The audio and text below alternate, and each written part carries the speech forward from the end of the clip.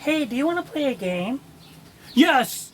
Let's play Uno! I will make you draw four so hard! What does that even mean? It means I would win. Well, I doubt anyone would want to watch us play Uno.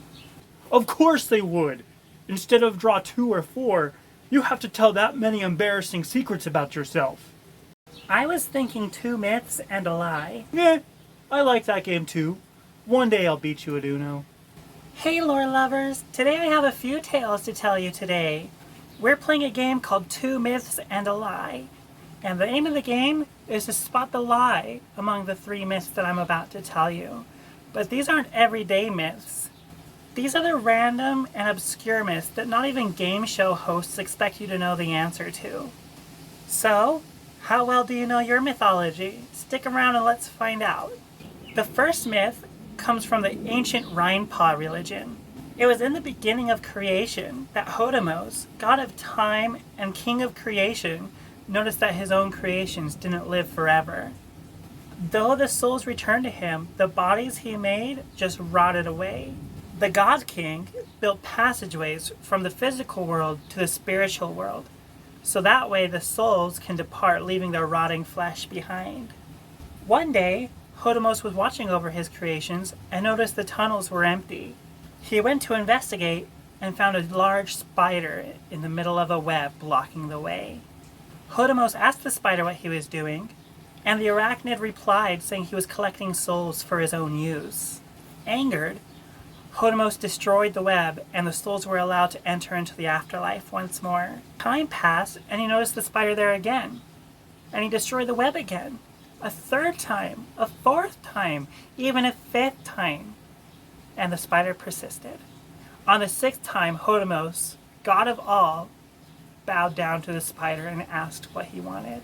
The spider replied, saying he wished to catch the souls and help them across to the other side of the tunnel safely. What Hodemos failed to realize was that monsters, demons, and things that lurked and went bump in the night called these tunnels home and devoured souls trying to make it to the afterlife. After witnessing this, Hodemos agreed and granted godship to the spider, and that is how Arachno, god of the dead, was created. A god bowing down to a spider? Why didn't he just squish it? I don't know. This one seems weird. Then again, ancient religions had gods be half man and half animal. Why not a spider god? The second myth is about the Auna centaur. The Auna centaur? Is that like being on a centaur? That's definitely the lie. They aren't real, unless you mean like a statue. No, the Auna centaur doesn't mean that, but it does come from the same place as a centaur. The Auna centaur comes from Greek mythology and has the bottom half of a donkey and the top half of a man. The upper body is rational, while the bottom is exceedingly wild. And both halves move on their own accord. It's the symbol for male lust. The beast symbolizes the hypocrite, the one who speaks of doing good but actually does evil.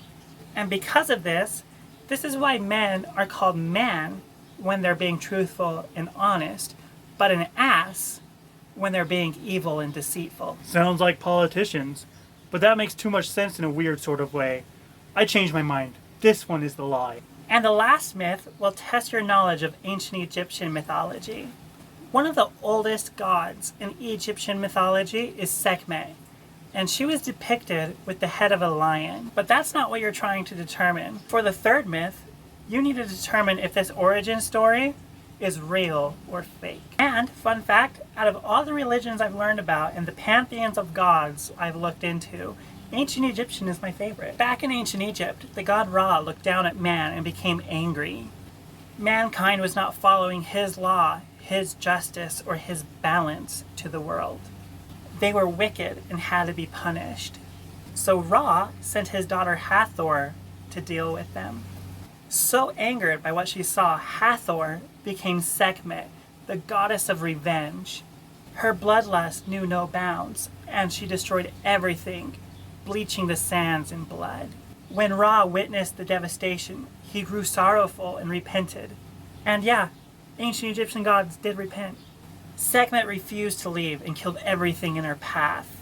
Ra sent another god, Thoth, to try to talk sense into her, but she refused and continued killing. The Egyptians prayed to Ra for relief, and Ra finally had a plan. Get all of the beer and mix it with pomegranate juice to dye it red.